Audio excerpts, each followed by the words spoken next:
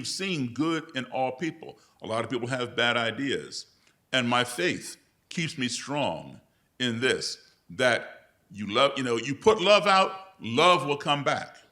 That's why we have a cliche that was around long before I was born, long before any of you all were born, called misery loves company. All right?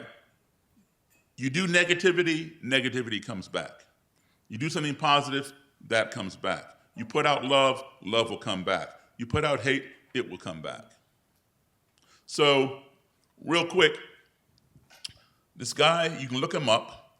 His name is Frank Ancona, A-N-C-O-N-A. And, but you got to put in Frank Ancona, KKK, because there's another Frank Ancona who owns a Honda car dealership. Nothing to do with the KKK, not even related. All right, so don't bother him. Well, Frank Ancona, he was based in Missouri. He had the largest Klan group in this country. And I would go out there and see him. I met him. I went to, I got to see him, got to talk to him. We became friendly. I got invited to some of his Klan rallies and all that kind of thing. And if he had lived for another year, he would have been out of the Klan, because he and I were becoming tight. And he was beginning to hear the things I was telling him and reconsidering his own ideology. Unfortunately, he was murdered. I knew Frank very well. I knew the murderer very well. I knew his whole family very well. And so when he was murdered, his second guy in command, his right-hand guy, became the leader, took over. I went to Frank's funeral. I flew out to Missouri and went to this Klansman's funeral. And I participated in his funeral. I played hymns. The Klan considers himself to be a Christian organization. I dispute that. But I played hymns on the piano for the service. And some of the Klan people, Klan groups can be rivals with each other. Because when you hate other people, you basically hate yourself. All right? So you may see different Klan groups out in public together. They will hold a united front. But behind closed doors, they hate each other. All right? And when some Klan groups got wind that I was coming to this funeral, they began threatening me. I went anyway.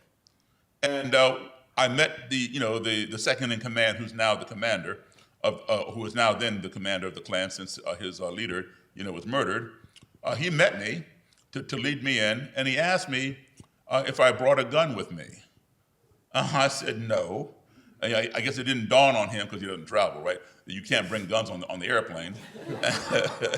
And anyway, he went to his car and got one for me. I said, no, I don't need it. He goes, yeah, but you've been threatened, blah, blah, blah. I said, well, you got my back, right? And he said, yeah, we got your back, blah, blah. So I said, all right. So I did not take his gun. I wasn't relying necessarily on him to have my back, but I was relying on my faith to have my back, my faith in God. And God never let me down. So anyway, went to the funeral. I participated in the funeral. A lot of Klan people were very impressed that I would do that. They invited me to speak at their meeting in Lexington, Kentucky. This was the Tennessee and Kentucky Klan. I went down there and spoke at their meeting. This leader, the new leader, invited me to speak at a Klan rally in South Dakota. I went to South Dakota, and I spoke at that rally. Now, I've been to South Dakota before. I had not been to that particular area of South Dakota. And after this rally was over, and I'd spoken at nighttime, I said to him, and a bunch of Klan people around, Klansmen and Klanswomen, I said, Mount Rushmore is here in South Dakota. I've seen it before. How far is it from where we are? He goes, oh, it's only 20 minutes up the road. I said, well, I haven't seen it since I was a kid or young or a teenager or something. I'd like to see it. Can you come by my hotel and take me there tomorrow? He said, yeah. And so he and a couple Klansmen and a couple Klanswomen came to my hotel, picked me up, and drove me out to Mount Rushmore. And we posed for pictures in front of the carvings in the mountain. And by the way, it's probably not in your history books. I knew it a long time ago. Mount Rushmore was carved by a Klansman. They don't put that in the history books, but look him up. His name is Gutzon, Gutzon, Gutzon Borglum, Borglem.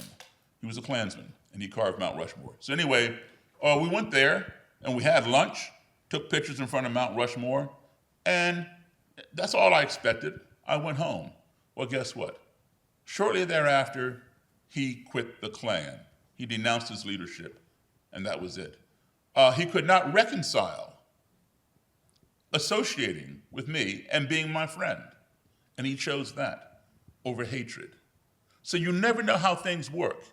And in these conversations, as I said, you put love out in the world, it comes back. You never know where it may come from. You put hate out in the world, the hate may come back.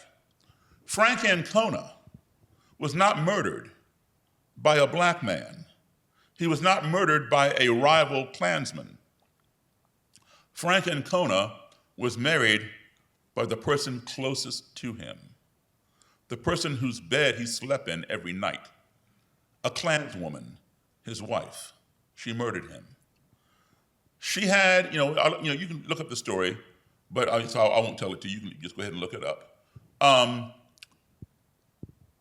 You never know where it's going to come from. You put hate out, hate can come back. Who would have thought that she would have done that? But that's what happens. You put love out, love will come back. You just never know where it comes from.